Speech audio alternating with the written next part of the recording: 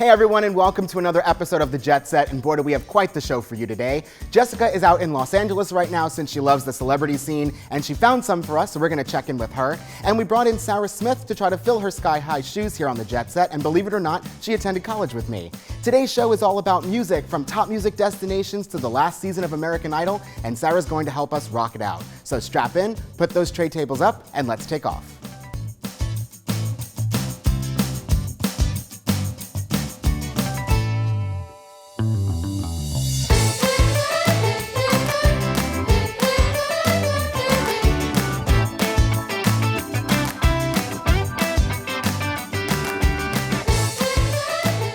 Welcome to The Jet Set. As you can see, Jess isn't here, and as Galen just said, my dear friend from college, Sarah Smith, is filling in. Everyone. It's so good to see you. It's been such a long time. I like that you're in the area now. I know. We can actually hang out Yeah, and do things. he's not a plane away, he's a drive away. And Jess has the hard job this week of being out in Los Angeles. Yeah, it's cool. cool. She's doing some cool stuff out there. Jess, what are you doing? Hey guys, back at the studio. I am in Hollywood, California. Yup, don't be jealous. Thanks to Trivago, I'm at the Boulevard Hotel, and we all know American Idol had its final show. Well, a couple weeks ago, I actually had a chance to go behind the scenes during one of their final tapings. So don't hate, don't be jealous, just watch. Okay, Jess, we're looking forward to that. Galen, there's a lot going on in travel news this week. There is, and on today's Here's This, brought to you by Roamright, we've got everything from the wacky to the downright weird to talk about. Yeah, and speaking of wacky, did you guys see that there was almost a copycat or a repeat Steven Slater incident over at United Airlines? A flight attendant blew the evacuation slide, threw her bag out onto the tarmac, and slid on down to freedom. I know. I feel bad for her. But do you think she did it on purpose, or do you think it was a meltdown? Oh, it has to to have be been a on meltdown purpose. of some sort for somebody to do that.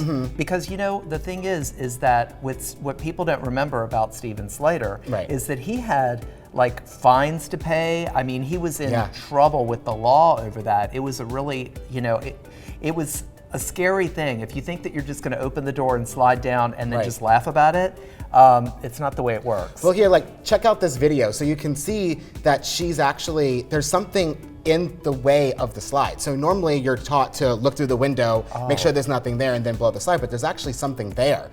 So That's I don't know dangerous. what it was. It could have been very dangerous because she could have slid down and the slide could have popped.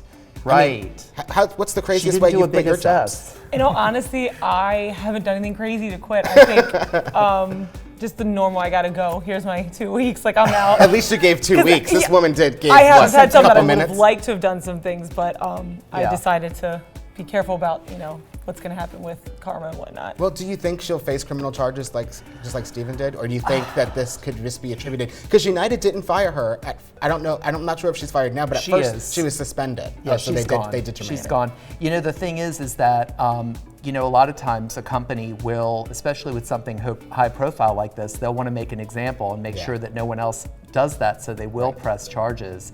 But I know they checked with her family, and her family just said it's a personal matter right now and that she's doing fine, and to give them some privacy. I'm sure she's seeing a psychiatrist or something. Well, as someone who's never been in the airline industry, what would your reaction be if if your flight attendant just blew the slide and slid down to quit? In all honesty, there's probably a part of me that would want to jump in with her. Like it always, it just looks fun. Like when I'm in the plane and I'm sitting there, I'm like, God, it would be great to just get out and go on that slide. But then maybe the other part of me would be worried something's wrong. I don't know, but I would go to That's fun the first, thing. then panic. I You don't bring know. up a good point, though. You know, with her opening the door like that, it's very possible that passengers could think, "Oh my God, is this an emergency? That's Do I need to true. be followed?" I didn't And think that's about when that at a all, lot of actually. injuries happen during evacuations like that. Yeah. You know. You don't know whether or not you should go or Stampede just stay panic. and be like, oh, there goes another flight I'm attendant. next. Yeah. Well, you know, you mentioned Steven Slater, and of course he worked for JetBlue. Yes, he And did. now that we're talking about JetBlue actually has an expansion that they're implementing right now. It's their Mint Premium Cabin Program, and if you know about Mint, it's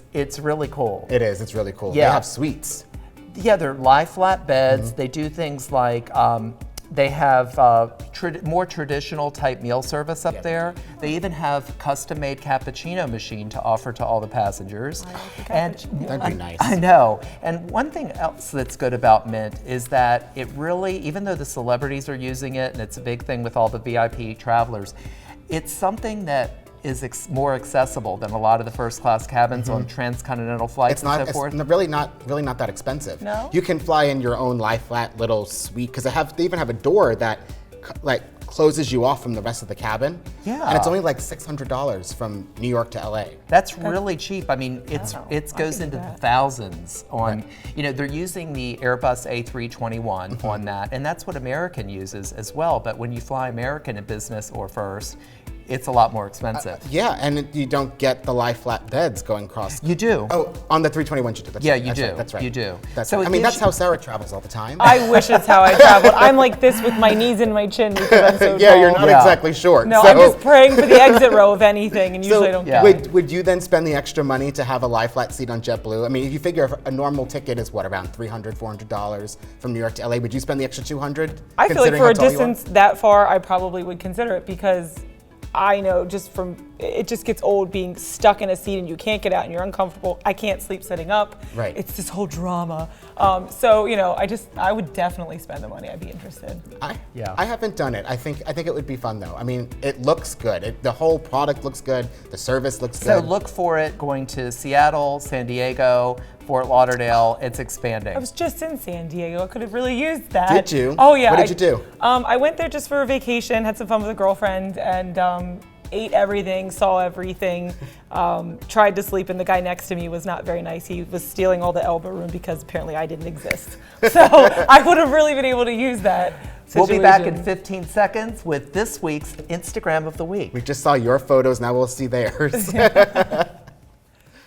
This program is made possible by Roam Right Travel Insurance. Today's travelers can face uncertainties. Roam Right offers travel insurance plans that can protect your health, safety, and trip investment before and during your trip. Learn more at roamright.com. This week's Instagram of the Week is actually a throwback to Easter. Big ups to our friend and fellow hero of the skies at Flyer Food. Thank you for tagging us. And if you want to have your pick on Instagram this week, tag us with the hashtag JetSetTV. I love sharing fan photos on the show. It's always so much fun. It is. Don't you enjoy it? It is, and you know what? Everybody needs to send them in because it adds variety to our lives, doesn't it? You see all the fun everyone else is having. I know, I know. We're just sitting here. And they may even be on the show. You never know. We have so much more coming up. We'll be right back.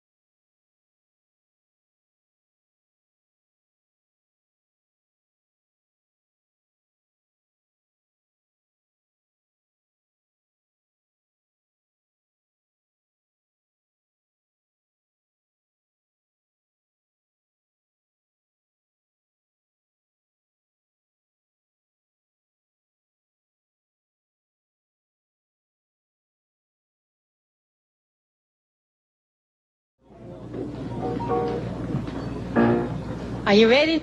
We're ready, Ella. All right, fellas.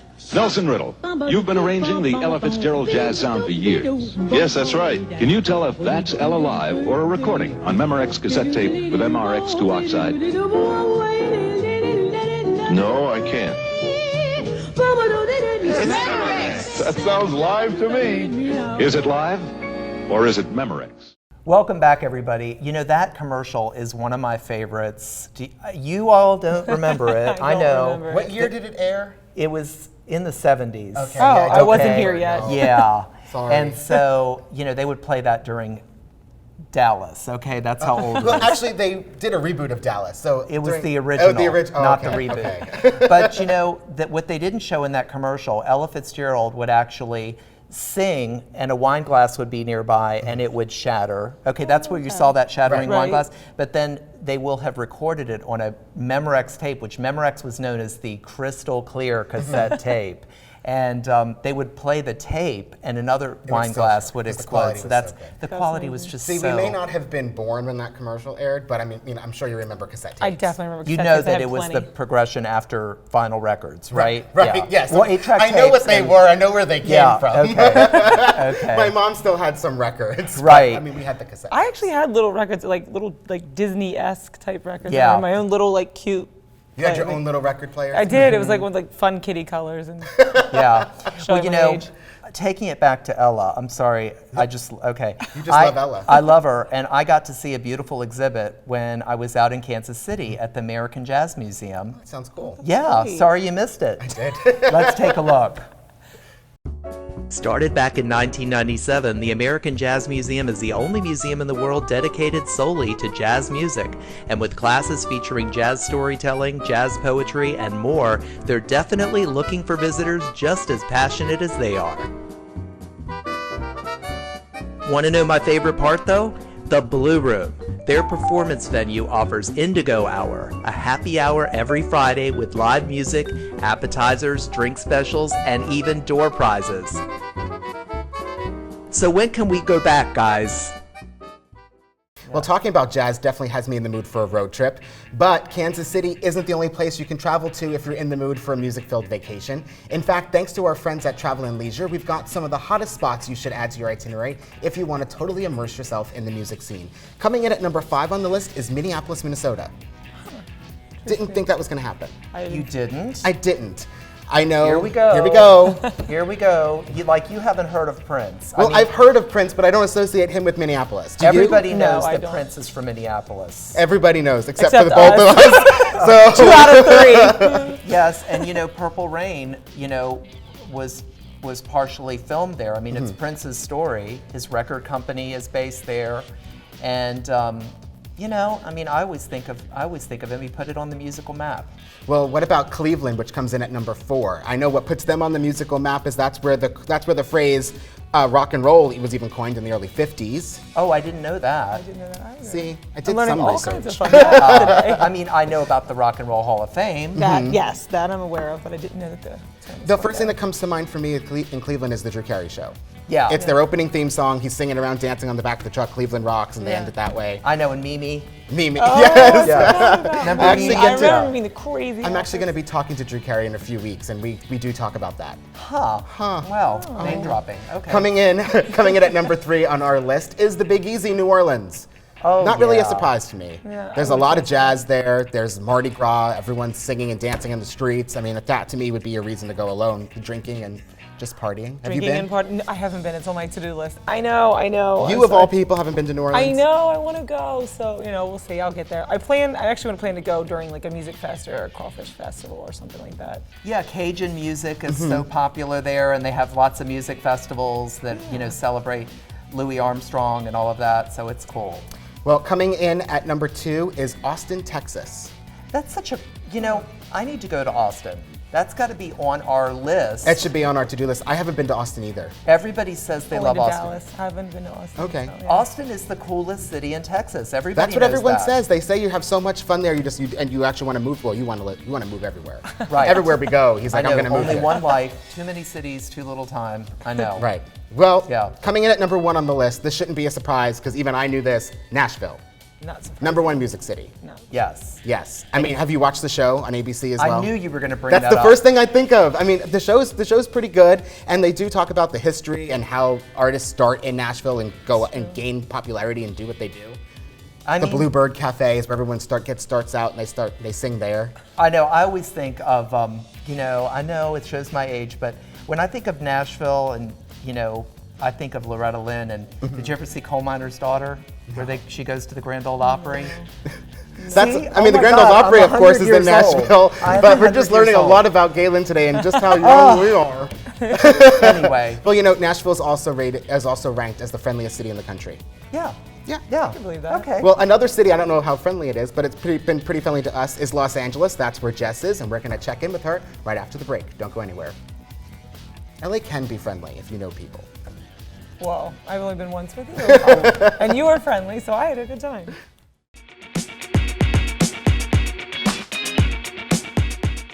And along with making us legit, comes cash. Tons of it. I mean, what do you think we're doing out here in the middle of the desert? It's all this money. This is the end result of all the bright lights and the comp trips, of all the champagne and free hotel suites, and all the broads and all the booze. It's all been arranged just for us to get your money. That's the truth about Las Vegas. We're the only winners. So Virgin America was just acquired by Alaska Airlines, so there's one less airline in the United States. Do you think the airlines are working together to keep prices high now that fuel's low? Absolutely. I mean, there's no doubt about it. I mean, and they're making money hand over fist because of it, and they're jamming more of us in the planes. And literally, I am avoiding taking the planes more and more because they're so uncomfortable, and there are so many other modes of transportation now that are more affordable. Sometimes the cheaper airlines, they have like these hidden fees, and you think you're getting a good price, but then you have to pay extra for every bag, or if the bag weighs too much. Or have you experienced that, where you buy a ticket that looks cheap and then you get to the airport and you're surprised? Yes. Yeah. Yes. And would you fly that airline again? No way. Yeah. Because fuel is down, so the cost should be lower, but you're still charged for checked bag fees and drinks on the plane and all that type of stuff. I've always wondered about that, and I think so. Yeah, I really do think that everybody's in cahoots with each other. Other colleagues of mine came to this conference here in D.C. together in a car because gas prices have become so that even paying for parking in D.C.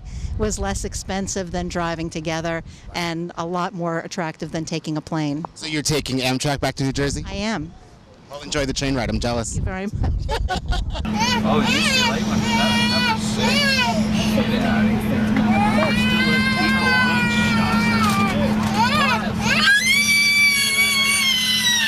What do you think about like kids kicking the seats and all that sort of thing? Do you have It can be annoying, but I'm a parent, so I understand too.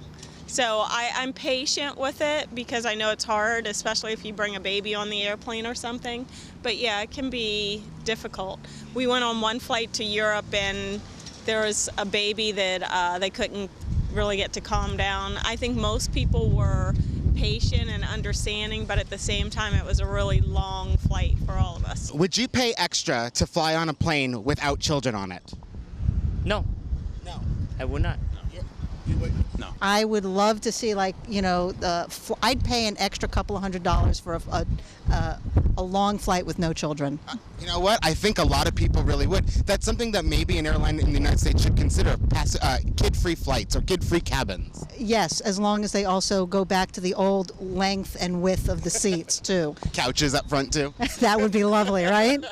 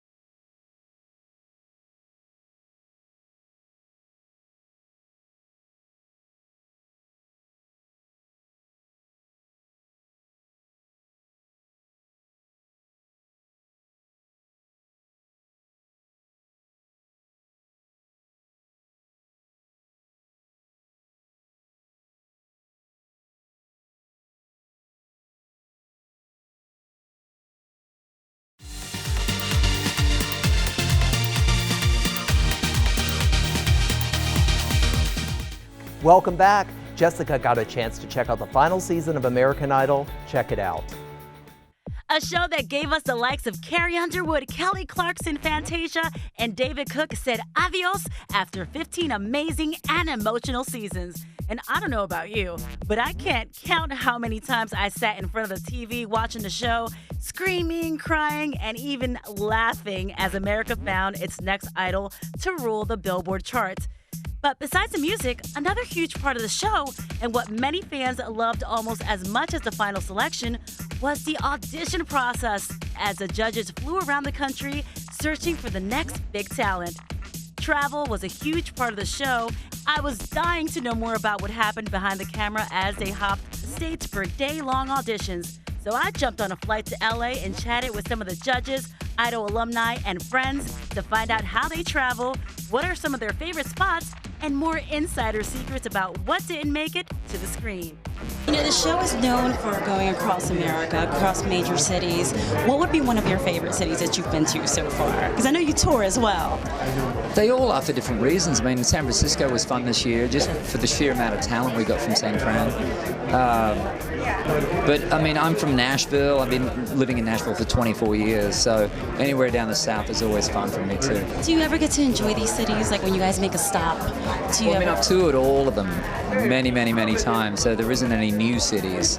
But you know, if we're doing 2 days there, we'll always try and find a restaurant we could all go hit in the night in between. You know, it definitely seems like their days were jam-packed, but they still found time for a little R&R when they stopped in their favorite cities. God, you know, that's the really awesome thing about this job is I get to see so many great cities.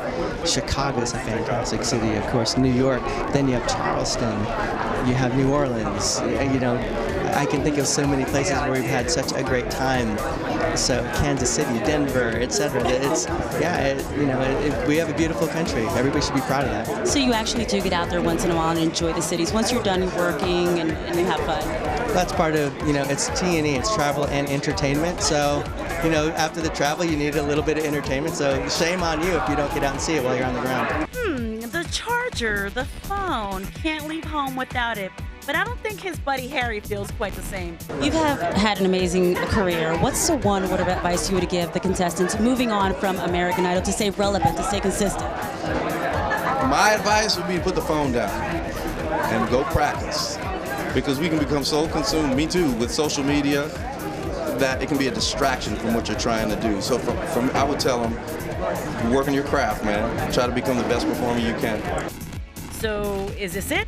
Apparently not. When Ryan Seacrest closed with "Good Night for Now," there was our first hint. Apparently, Idol creator Simon Fuller has hinted the show may get a second life to find America's next virtual pop star. While the rest of the country is still warming up, the Coachella Valley is already red hot with temperatures reaching around 100 degrees and bands like Years and Years, Ice Cube, and even Guns N' Roses playing Coachella Music Festival, and that's in California, you know? It is. And so, I mean... Have you ever been to a music festival? I've been to a few years ago. I haven't been to one in a long time. Actually, I've been trying to get to Tomorrowland, but it's I don't overseas. even know what Tomorrowland Oh, is. it's an electronic dance music festival. It's a lot of. Oh, really? It's really crazy and fun, and it, you know. You look They shocked. do get crazy. They do get crazy, They get really, though, don't yeah. they? And it's like this whole sort of world within its own. It's kind of really interesting. So it just like it'd be so much fun. I just need to convince someone to go with me. So you guys want to go? Maybe. I mean, Why there's also one in Austin, Texas. Which we just talked about. We just talked about Austin. None and of us there's have one, been there. Yeah, there's Maybe one we in need to Austin, go. Texas that it's got camping and stuff. Of the main stage. See, that's the crazy stuff you're talking about, See, isn't the it? thing is, like I don't do camping so well. So Yeah. I think that's probably what's holding me back is camping. I need like a full shower. I need privacy. I know. I think what happens is you go to these music festivals and all the extracurricular activities kind of make you forget about what, you know. Rather than going to the music festival and camping, because I'm not a fan of that either, I would rather stay home and follow all these stars on Instagram. So I compiled a quick list of the top musicians on Instagram. First up is Selena Gomez. She's the most followed person on Instagram. I don't really know why. Well, I don't you know what? I think it's because, of course. Oh, sorry. Oh, no, What? you should've just- It's my age. It's my age, but I don't really know that much about Selena Gomez. I've heard that name a lot. Yes. But if you put her in front of me, I wouldn't know, so I guess I need to start following her, right? Okay, number 2, you've heard the name, Taylor Swift. Again, I don't really know why. You know what Taylor Swift means to me? She is, every time I hear a Taylor Swift song, that means to turn the channel on my radio, my XM radio. Yeah. I mean, that's really what it represents to me. I turn it. I like one every 6 songs, and I'm like, all right, this one is fun. I can do this through my makeup, getting ready to go out. You hear it every once in a while. Yeah, and then the other ones, I'm like, maybe I'm too old. I don't know. Well, Ariana Grande is another big one. Ariana Grande comes up next. She comes in right behind someone, Kardashian. I don't know what those are. I don't even know what a Kardashian is. Oh, please. And then we'll end with Beyonce. She may be the queen bee, but she ranks 5th on Instagram. She's not the queen of Instagram. Interesting. I know. Coming up next, we have Itinerary. Don't go anywhere.